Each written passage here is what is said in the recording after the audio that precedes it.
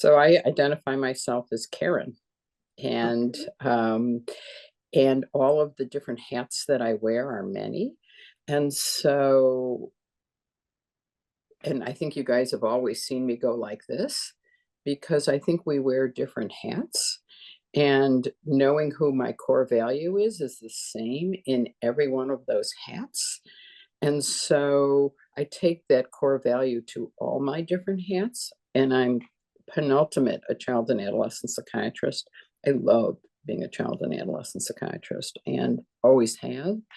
Um, but I think in the world of identity politics, I think we can shift many times between identities at different times, and we have to be flexible within it because one of the things you learn early is that you're in very many different spaces where you have to find the connection versus the difference. Long journey. I was not Um, going into medicine, and I met my husband when I was 19 years old, and he wanted to be a doctor since he was 4. And at the time, I was going to be a math major, and I found the sexism in math at the time was terrible. I was the only woman in most of my advanced classes. And I said, so I decided I would go to social work school, took a class. We had fallen in love by then. And he said, go be a doctor. You can be a doctor. So I applied and got into medical school because I was a math major. So science and math was fairly easy for me to do. And I came wanting to be a pediatrician. And my earlier mentors, all my child psychiatry mentors at the time, had encouraged me to into developmental peds, um, at pediatrics. And I interviewed at developmental peds programs. I interviewed at child psychiatry. I did a year of pediatrics and realized that all I was really practicing was psychiatry. I became the asthma queen as a pediatrician, and I was really good at getting kids back in control. And I realized all I was doing was talking about their emotions, their anxiety, and pieces like that. And I left pediatrics to go into child psychiatry. So a circuitous route, and I'm not sorry. I'm incredibly grateful that people trust me and my patients allow me into their lives and into their stories. It is a true honor and a true partnership that I'm very humbled by in that kind of way. So that's probably part of what I love about it. But I also love, because I care about development, that's what pediatricians really talk more about. And I think as a child psychiatrist, you think of development. I also like training medical students all the way up to do that kind of training as well, because it keeps me young in their developmental stages. We were teasing about the computer, you know, we're not computer literate. It's a second language for us. And so that developmental exposure has also been the beauty of what they do. And I've always been a clinician and have really, that's the part I like the most. I was a medical student when ACAP was in Chicago the first time. And one of my mentors in medical school said, come to the meeting. And I went to the child psychiatry meeting, probably my second year of medical school. And so had an inkling of child psychiatry at that point. And through who I met, E.J. Anthony was president at the time, and they remembered me as a medical student and really started, every time I went to ACAP, I was welcomed because I had met, you know, many of the leaders early in my career, and they cared about development at that time. Probably the most meaningful I've done is probably starting and developing the advocacy committee, um, which was a brand new committee, and the first time ACAP had put a new committee in a long time. And that's where I think I grew a lot. I think ACAP grew a lot, and it after, well, I got 11 years. I got an extra year because of COVID, but I would say that was the most meaningful. For I've never wanted to be in the upper echelons of leadership because I always wanted a voice. And when one is in leadership, one has to listen, which is important. But I wanted change to occur. And so I liked being able, and anybody knows me will know I will say my opinion, what I think. And I feel that's a value I have for myself too.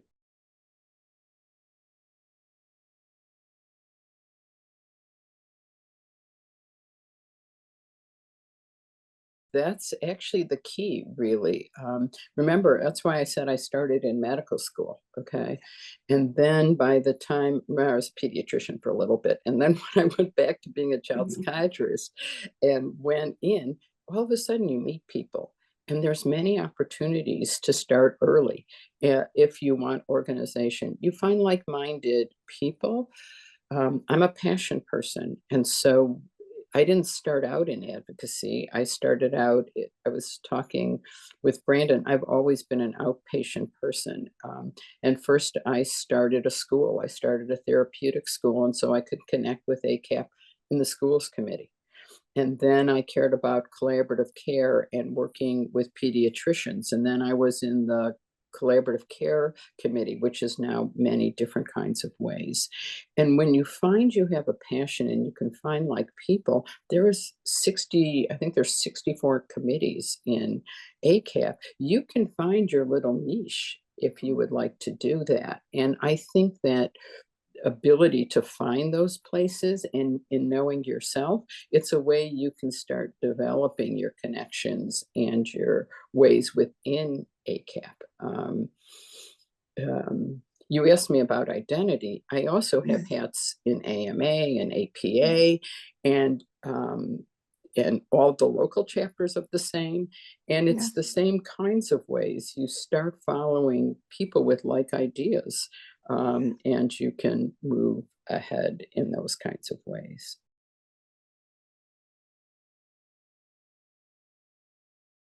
Right now, I'm not leadership of any committee right now. And let me tell you, that gives you even more freedom than you can believe.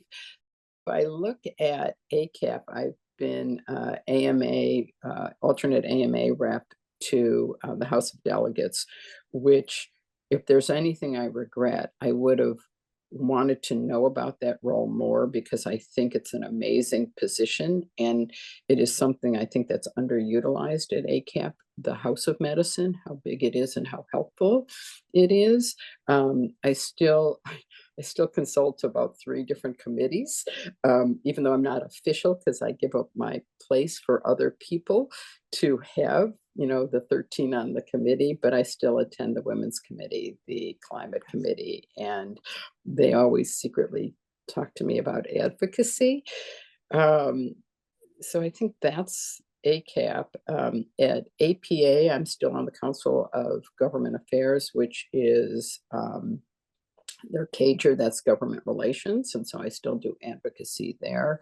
I just finished being on the committee for quality improvement because for many Yeah. years I led the quality improvement stuff at APA, and have been consultants to many of the guidelines in APA because I think about what's measurable kinds of things because measurement-based care to me is something that I do. Um, at the AMA, I'm in the House of Delegates, but I'm pretty active in my Illinois State Medical Society. I'm also on their government affairs. I'm past president of our ROCAP at ACAP, and I still run the advocacy committee there. I'm a delegate to the assembly. I'm on the executive committee. I mean, I think I have a lot more that, oh, at IPS, I'm also do all those same things. And people say, how do you find the time? Because it's unpaid time, right? And again, I'm back to my values. Okay. I think giving back is part of what is an obligation of having this degree and this knowledge. And it's really important to me to give back. And so some days everybody collides, right? And I have to make different decisions about what I can attend or not attend. But I think for each of us and knowing our values, and I come from a long set of generations who do social justice kinds of things. And for me, this volunteer work is that kind of stuff. Um, and I've always picked my jobs based on what will allow me to do my values. That's what I was talking about a little earlier today, was I love being a child psychiatrist because we're very flexible. We can do whatever we want. And and I was lucky that I could. Some people really need just to have one job, and that's what they have to do, and they have to figure that out. But I've always been able to balance and make my budget by living my values and having a whole smattering of different jobs and things that I've done. Somebody asked me what made me change jobs, and when my values don't align with an organization, the beauty of a child psychiatrist is some other organization will want you, you know? And that's the greatest part about being in the specialty. So let's just start. You asked about gender. So when I went to medical school, there were 11 women in a class of 310. So I was called honey, sweetheart, and I used to have very long, wild hair. And when I was on call, I would braid it. So I got nicknamed Pocahontas by the head of medicine, by the head of the medical school. So much so that when I went to one of my medical school reunions, one of my colleagues said, "Hi, Pocahontas." And when I think of the sexism that I went, and when I did my pediatric rotation, I had all men as supervisors, and none of them would supervise me because I was female, and they told me I should be home. And so that kind of piece was early in my career. Those were challenges. I think the other challenge that we don't talk about is I have chosen my value systems more than an outside label. And so I was chair of this committee at APA, and there were only chairs of departments as my committee members. And they just assumed I was chair of a department because I got this, I was head of this committee. And at one point, my people did not respect the kind of work I was doing, and so it wasn't counted as academic work. And two of the chairs there took me aside and said, "Karen, don't chase a label. Don't chase a position. You're as competent as the rest of us in being on this committee and running it. You do a great job, and stop. You have reached the pinnacle, even though you don't have the label." And that was such good advice early in my career and gave me permission to pursue what I want to pursue and not what this bigger structure might measure as the way of success, because it was my own success that I had to care about. I think having a really good support system, my husband was terrific. It was also mentors along the way who really believed in me, because we do have mentors who don't believe in you, and we have many of those in our field, and in every field, but it's finding those little light things. I would say, Dr. Adams, you're one of the people I've totally respected. You have taken me in places I wouldn't have known in your advocacy skills about things. And it's looking for the helpers that Mr. Rogers used to say. And there are many of them. And that's how one gets over them. And really doing the work to know what is it that you truly want and who do you want to be. That to me has been the key. um, I know you know this, But the first day of medical school, remember, I didn't do any science. I started medical school not knowing what a mitochondria was. And I came home from medical school that first day, and I ran 5 miles after medical school that first day, and my body was still on. And on television was something called Lilius Yoga and Me. And I did an hour yoga class from PP, WTTW, my public radio station. And probably from all of my career, that is the other way I walk things out, or I ran things out, or I return to myself by doing a meditation yoga practice. And those are the strengths, the well being that to me allows me to move forward into this world. And it's key to do. And most of us say we're too busy. Never be too busy to do well being. As I said, the gift of being in people's lives and holding that is really important and really hard. And how do you leave it away? Even doing advocacy, the problems of the world are huge, and you can't carry all of them too. And so the piece really is, how do you do your well-being? So I start off the day, probably first day of medical school, I did it after work, and then I realized there is no after work in medicine because it keeps happening and happening. So I started getting up early in the morning to do something in the gym or meditate, and I still do it every single day, something. And it may not be running my 5 miles or whatever I'm doing, but it may just be sitting for 15 or 20 minutes and really starting my day in a way that works. Today I've had a crazy day already, and I was able to call somebody and I said, send me a good tape for later today because I'm going to need to come down. And that is key. Everything else will wait.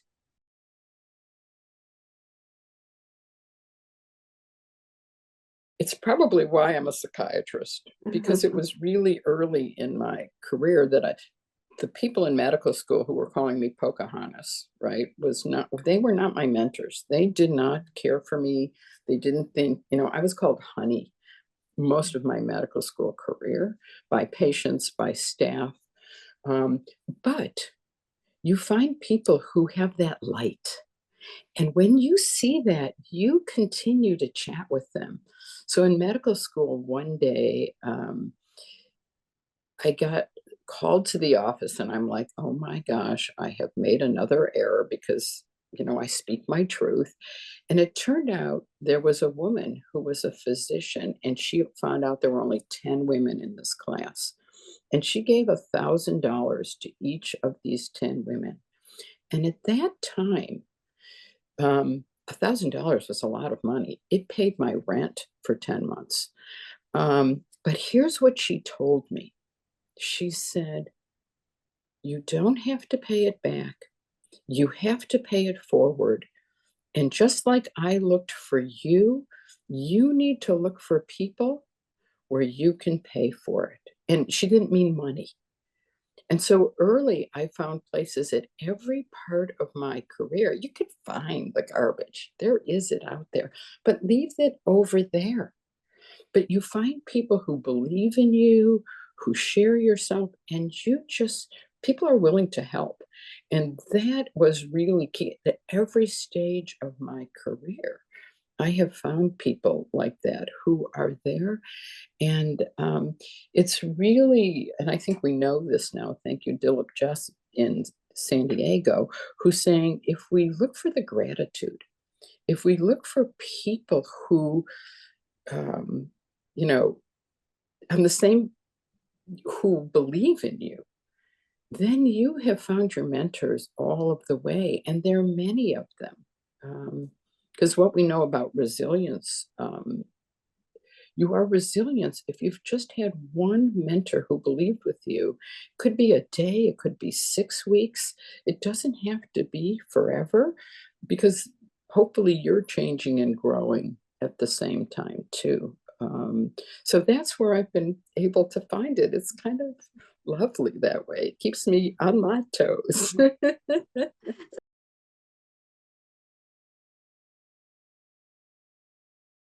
Again, that self-knowledge and knowing, and keeping my ego out of things when I know it's back to that return, because you're right, that's a really interesting question. I have said no to lots of opportunities, but when this is what I teach, when you say no to the outside, you're really saying yes to yourself. And I think we don't value the yes to ourselves and what we need more than the yes to others. And to me, that's part of developmental and growing is saying yes to ourselves and not so much that you're narcissistic or ego, but when you do deep listening, right? If I said yes to something that I really shouldn't, and I'm up all night and I'm starting to get anxious, that is not a healthy thing for me because I didn't say yes to me.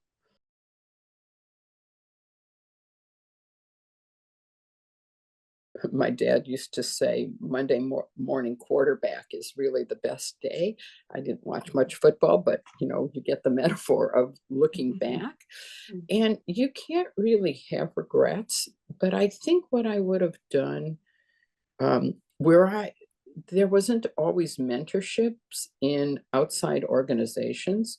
Too many times in academic centers, people are in the academic ladder and they don't really look outside.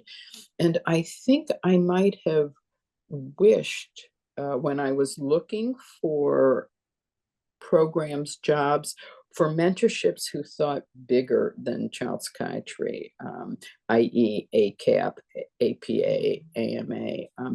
Also, when I was younger, there weren't those opportunities. APA and ACAP and AMA have done a lot of things to develop younger and younger people, which I think are terrific. Those weren't available when I was starting out. Am I regretful about anything I said no to?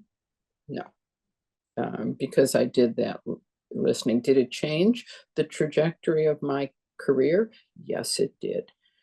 But the higher order of being my well-being was always because I support a lot of people. And in this job we do, if we are not strong ourselves, we cannot hold anybody else. And that's where for me, the Hippocratic uh, oath is really about.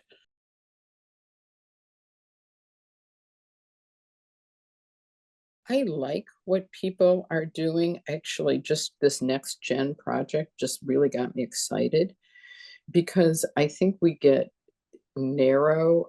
If anybody watches The Voice or things like that, we're always chasing the highest level when there's expertise all along the path. And that one of the things that I think developmentally, as adults, we don't talk a lot about adult development. When I had little kids and I was raising my kids, I couldn't grab those rungs for different things. And I didn't have role models of women who either were all in or all out. And I think we have to look for role models for the state that we're in and the stage that we're in and be kind about it. And now I think with, I don't know what you're going to call it, intersectionality or identity stuff, we are seeing people who are choosing many different paths. And that's really key because your path is unique to you and it won't be the same as anybody else's. So you need to find that along the way.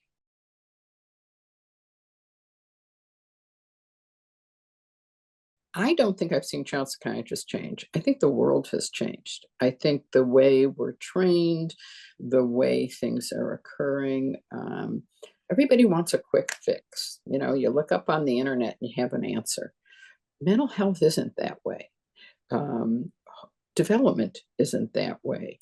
And I think child psychiatrists are still really good humans. They're some of my best friends. I mean, and so I don't think who goes in or why they go in has really changed.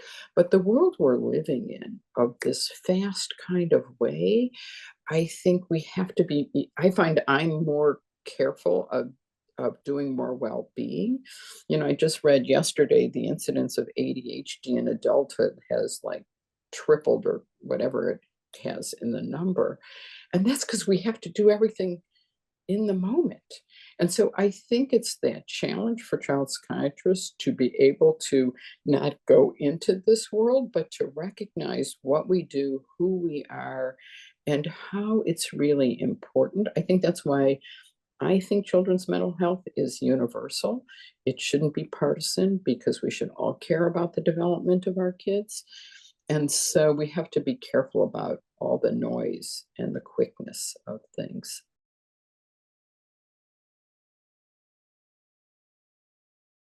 In a minute, and that's what I mentor people to talk about because it's often hard work and struggles, and I told you I didn't have any science when I started medical school. Yeah. It was so hard, and I'm really glad I've learned it and done it because we need grit in order to get things done, and it's not quick, right? I would love to take an online course and do it, but I don't think you would be developed as well as if you don't sit there in the stew and figure that out. Um, the other piece that I would think about is uh,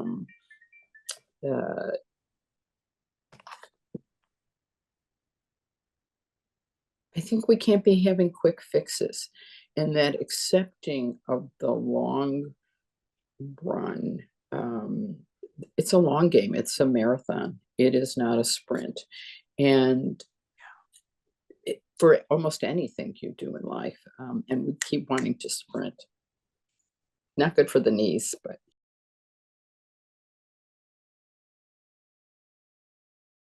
why I love being a child psychiatrist. One, you get to still be a kid, right? I still can sit on a floor and play.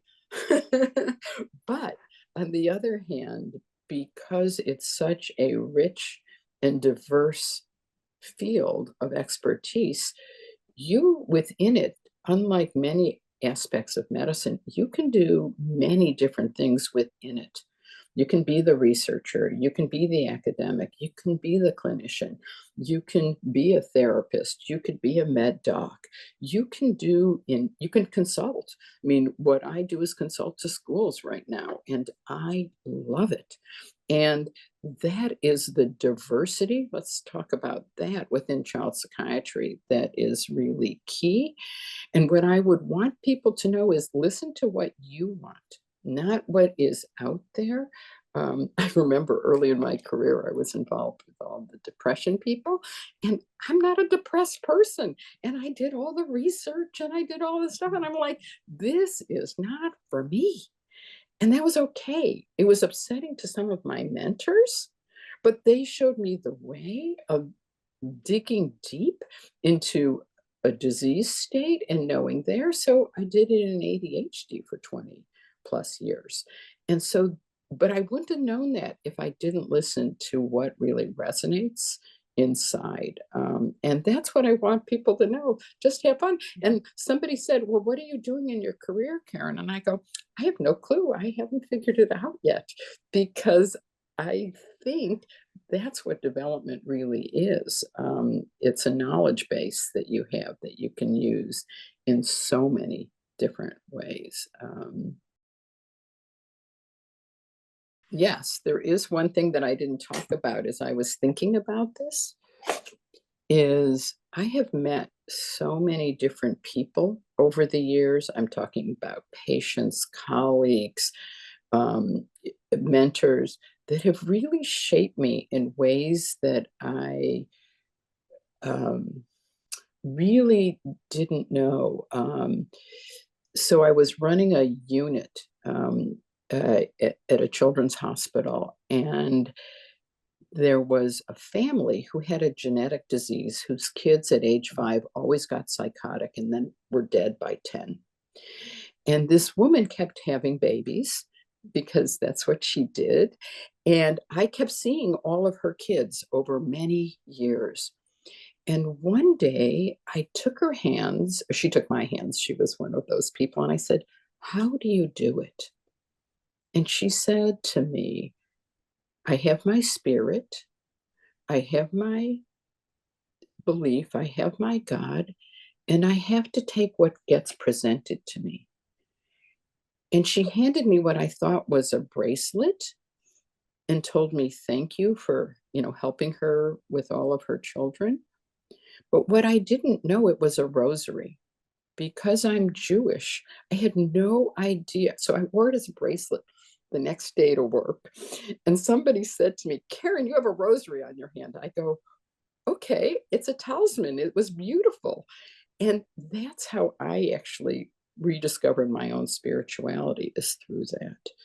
I also think the cultural diversity that I've been exposed to is humbling.